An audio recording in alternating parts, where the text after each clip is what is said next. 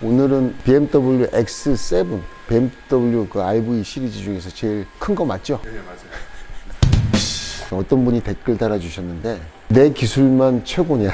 저는 단지 제가 가진 경험을 갖고 도움이 되실 분들에게만 보여드리는 거지 저보다 더 기술이 좋은 분들에게 가르칠 생각은 없습니다.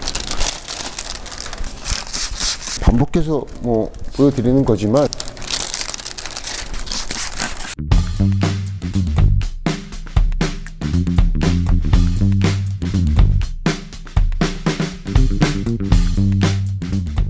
지난번에 또 설명을 안 드렸던 전면 시공에 대한 언급을 드리려고 하는데요. 필름은 지금 이렇게 먼지가 돌아다니고 있어요. 저 같은 경우 이게 문을 열고선 시공하는데 말씀드렸듯이 이 좁은 공간에서 답답하면은 사람이 매일매일 하는 작업에서 불편함을 느끼고 또 이 공간에서 빨리 벗어나려고 하는 좀 다급한 마음이 생겨서 그러면 시공이 안 돼요. 침착하게 시공이 될 수가 없어요. 좀 이 공간이 시트도 그렇고 공간 확보, 문을 열어서 답답한 생각이 드는 거를 최소화시키고 좀 편하게 해야 됩니다. 이 돌아다니는 먼지는 문을 닫는다고 해서 해결되지 않습니다. 이 수웨이드 위쪽에 수많은 미세한 먼지들이 움직이고 있어요. 이거를 물하고 습도로 조절해 줘야 된다고 생각합니다. 저는 항상 문 열고 작업하지만 먼지는 안 들어갑니다. 문을 닫는다고 해서 먼지가 안 들어가는 게 아닙니다. 이 과정은 지난번에 다 전부 설명을 드렸기 때문에 지금은 쭉 시공을 해서 마무리하도록 하겠습니다.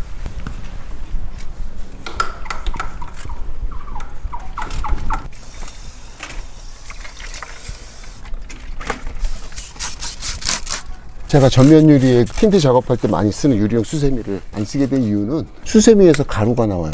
청소를 하는 게 아니라 오히려 작업을 방해하는 거죠. 그리고 수세미는 유리에 고착된 티를 잡아낼 수가 없고 손에 감각이 없기 때문에 먼지가 있는지 없는지 몰라요. 그래서 이 동작을 통해서 손에 느껴지는 틱틱거리는 그런 느낌을 통해서 아 먼지가 고착이 됐구나 안 됐구나 알 수 있고, 수세미를 하고 이거를 하면 플라스틱으로다 스크래퍼를 하면은 이중 동작이 될 수 있기 때문에 한 번에 끝내기 위해서 스크래퍼를 플라스틱으로 끝냅니다.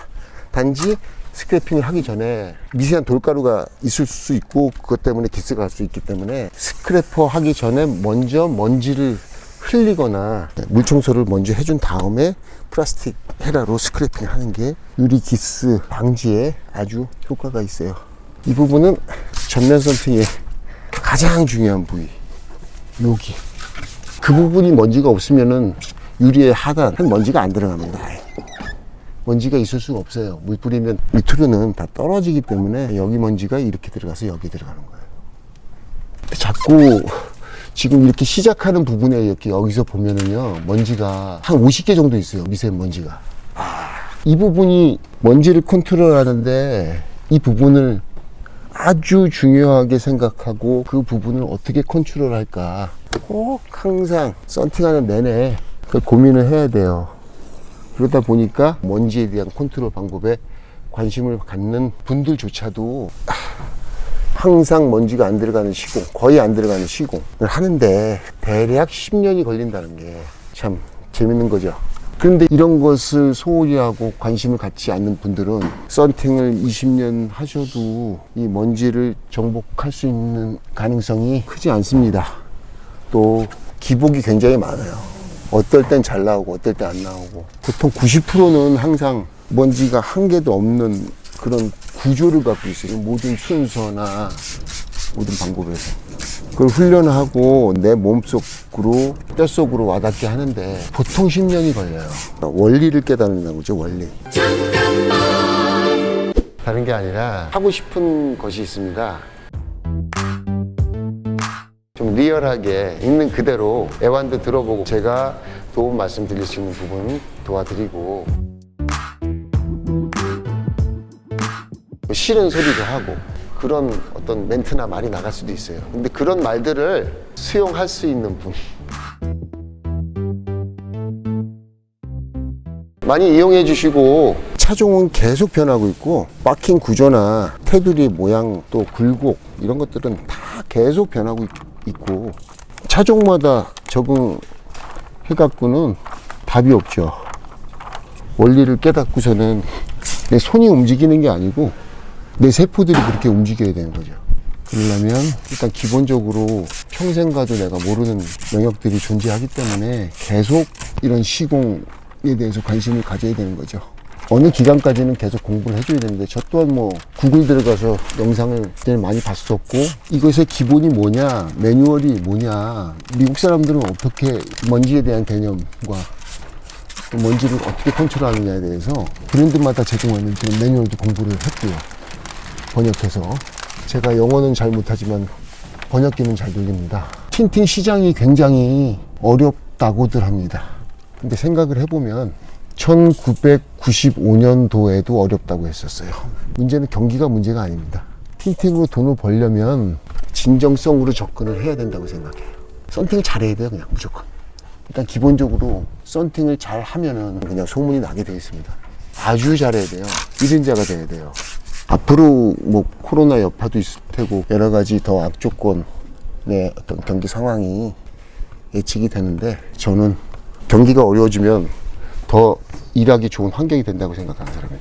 경쟁자들의 숫자가 줄어들어요. 폐업을 하게 되니까.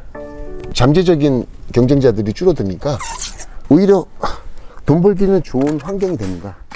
썬팅은 까다로운 고객과의 싸움이 아니고 끊임없이 자신하고 싸워야 되는 거죠. 기술자가 되려면은 정말 단순한 기술 하나를 제대로 익히는데 굉장히 시간이 오래 걸리기 때문에 인내력이 필요한데, 무엇을 믿고 그 인내력, 그 시간, 그 인생을 투자하겠습니까? 자신하고 계속 싸우는 거예요. 싸워서 이겨야 되는 거죠. 저는 7년 전에 디스크 수술을 했어요. 디스크가 다 나간 거죠, 썬팅 하다가. 원래 좀 허리가 약해서 그럴 수도 있는데, 일을 하는데 우리를 가로막는 것들이 얼마나 많습니까? 건강 문제, 경제 환경, 그런 것들을 어떻게 이겨나가겠습니까? 나만 보고 참아내는 거죠. 기다려야 되고. 지금 그 여러 가지 동작을 하면서 제가 수시로 헤라를 계속 바꿔주고 있어요. 다음번에 어떻게 헤라를 써야 되는지. 제가 지금 이 헤라에는 기스 나지 말라고 하는 건 마스킹을 안 쓰고 있어요. 로데펜더 선셋, 옵틱, 더블, 슈어 X 제품은요, 이거 안 해도 돼요. 기스 안 가요. 그냥 막 때려도 기스가 안 가요. 다른 필름들하고 좀 다른 점이죠. 그거를 잘 미끄러진다고 불편하다고 생각하면 어쩔 수 없지만, 필름마다 또 제조사마다 추구하는 그 필름의 형태가 다르다고 생각하고 필름에 적응을 해 나가는 게 더 좋습니다. 자, 작업이 거의 끝났어요. 물자국이 있어서 지금 먼지 상태, 결과물 상태를 지금 확인할 수 없는데, 제가 마스킹을 띄고 최종적으로 확인해 보겠습니다. 요거는 이제 한번 다 반대로 접어서요, 최대한 물 자국이 생기지 말아야 되니까 깨끗한 상태에서 이런 식으로 청소를 해줍니다.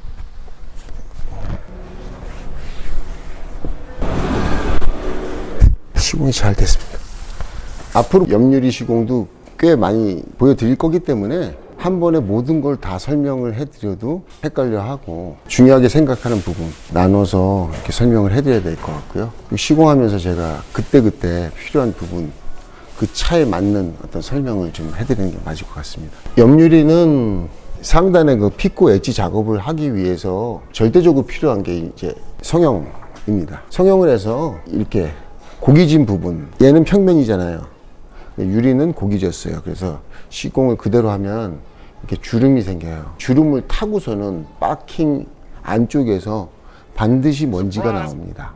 그래서 안쪽에서 스퀴징 작업을 할 때 테두리 부분, 상단, 하단 부분에 뜨는 부분이 하나도 없어야 먼지가 없는 겁니다. 그래서 성형 작업을 하는 겁니다. 성형을 할 때 저는, 이것도 사람마다 조금씩 다릅니다. 하단에서 성형을 하는 사람도 있고, 저는 상단에서 성형을 해줍니다. 왜 그런 거 하니? 성형을 하게 되면 열 때문에 여기가 미세하게 말려버려요. 그러면 안쪽에서 혹시나 바킹이 빡빡한 차들은 끝에가 딱 붙어야 되는데 필름이 말려갖고 여기 끝에가 떨어져요. 끝에 마감이 조금 문제가 생길 것 같아서 지금 상단에서 하는 거고요. 상단에서 하면 여기를 커팅 해줄 거잖아요. 좀 더 그 상단에서 성형하는 것을 선호합니다. 옆유리 성형할 때 곡이 많지 않기 때문에 어떻게 성형을 해도 상관은 없어요. 딱히 이렇게 깊은 구조에서는 조금 더 깔끔하고 보기에도 이쁜 그런 성형을 해줘야지 옆에서 뜨는 현상이 줄어들어요. 최대한 이쁘게 정성을 들여서 성형을 해줍니다. 지금 하는 작업은 좌우 테두리를 맞춘 상태에서 상단을 스라친다고 그러죠. 엣지를 하기 전에 스라가 된 상태에서 살짝만 올려갖고 엣지를 쳐야 되기 때문에 이 스라를 칠 때 사실 알고 보면 너무 간단해요.